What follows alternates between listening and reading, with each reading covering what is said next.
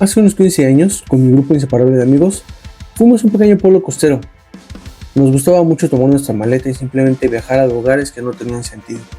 Quizá tomarnos unas cervezas o simplemente conocer los poblados más alejados y menos conocidos del mundo. Allí es donde encontrábamos nuestra verdadera diversión. Éramos 4 en total: Rubén, Clemente, Genaro y yo, Enrique. Hoy ya tengo una edad madura, pero en aquel tiempo no lo éramos tanto. Solo salíamos con nuestra mochila y dinero suficiente para alimentarnos una semana y quizá dormir en algún hostal pulguiento. Eso no tenía importancia para nosotros. Ese pueblucho nos había llamado la atención unos 2 o 3 años antes porque habíamos escuchado que no solo el clima era exquisitamente frío, sino que además contaba con un faro embrujado. Lo primero que hicimos en el pueblo fue conocer la gastronomía, esos filetes de pescado al vapor, esos vinos añejos, el fresco pan casero y aquellas deliciosas cervezas artesanales son lo primero que quisimos conocer.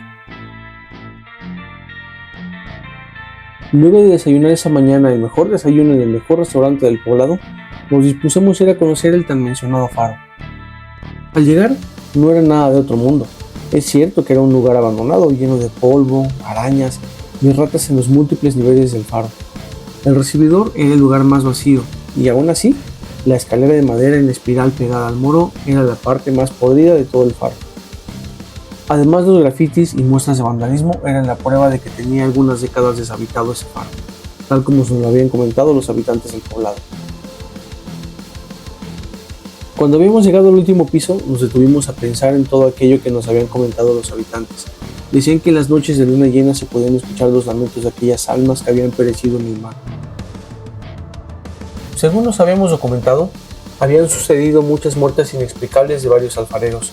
Uno de ellos había enloquecido y fue a través de él que decidieron cerrar el faro.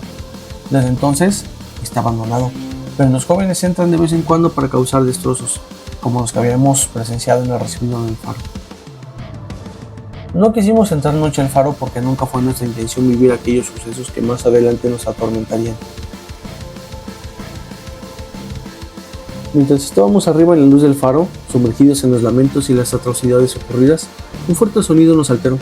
No quisimos prestarle demasiada atención, pues sabíamos que había ratas, o que habíamos dejado algo mal acomodado mientras subíamos a lo más alto del faro solo por vivir nuestra experiencia. Si hubiéramos sabido que ese ruido había sido nuestra primera advertencia, hubiéramos subido en ese instante. Durante los minutos siguientes comenzó el terror. Escuchábamos que voces susurraban nuestros nombres, comenzando por Genaro, el cual desató el pánico entre el resto de nosotros. Las voces y los susurros no se detenían mientras bajábamos las escaleras de caracol, pero luego otro ruido muy fuerte nos alteró. Todos gritamos de susto. ¿Quién no tendría miedo al escuchar susurros y ruidos extraños en un faro abandonado, a pesar de ser de día? No sabíamos que en la segunda planta, la que había sido habitación de los alfareros, la puerta se había cerrado, encerrándonos por tiempo indefinido en aquel lugar de terror, pánico y desesperación. En el ambiente se sentía una presencia que nos aterrorizaba mientras luchábamos por salir, pero la puerta estaba estancada. Esa segunda planta estaba sobre el piso no menos de 25 metros y únicamente contaba con ventanillas, por lo que únicamente cabrían gatos, si pudieran escalar 25 metros obviamente. Mientras tanto, los ruidos se hacían cada vez más sonoros y cercanos a nosotros. Los lamentos y voces se escuchaban más claros y fuertes cada minuto que pasaba en el reloj. En la discusión acalorada, no nos percatamos que Genaro había desaparecido. Cuando resolvimos subir a la última planta nuevamente y buscar alguna especie de hacha, martillo o algo que nos sirviera para hacer palanca o romper aquella puerta que nos impedía escapar de ese lugar. Un cristal parecía romperse. Se escucharon los vidrios caer por el piso en la parte más alta del faro, pero el terror ya era muy intenso entre nosotros. Se había creado un aura de miedo y desesperación, sobre todo porque no sabíamos dónde se encontraba Genaro. Al subir las escaleras, uno de los escalones que era de madera se rompió. Clemente perdió el equilibrio y su pierna atravesó el escalón, lo cual le provocó un daño más que superficial. Tratando de levantarlo, Rubén y yo pudimos arrastrarlo algo maltrecho hasta la parte superior del faro, donde vimos recargado en la mesa boca abajo el cuerpo de Genaro. Pobre chico, era el más joven de nosotros y perdió la vida de manera trágica. atravesado por vidrios de gran tamaño. No pudimos hacer nada para ayudarlo, y no encontramos razón lógica de cómo pudo terminar en sus manos un libro viejo. En el suelo dentro de la bodega encontramos un machete y unas barras de acero, las cuales nos sirvieron para abrir la puerta que estaba atorada en el segundo nivel del faro. Para este punto, los lamentos, gritos y voces eran tan claros que se percibía el acoso de aquellos entes. Mientras tanto, una sombra muy tenue se movía entre los muros. Era una sombra muy grande, parecía que medía alrededor de unos 2,5 metros de altura y muy robusto. El olor a podredumbre era inevitable. Aún habiendo abierto la puerta, nos fue muy complicado escapar, arrastrando el cuerpo inerte de Genaro y el lastimado Clemente. Varios días después de lo sucedido, Rubén encontró el libro que tenía entre sus manos Genaro cuando lo encontramos.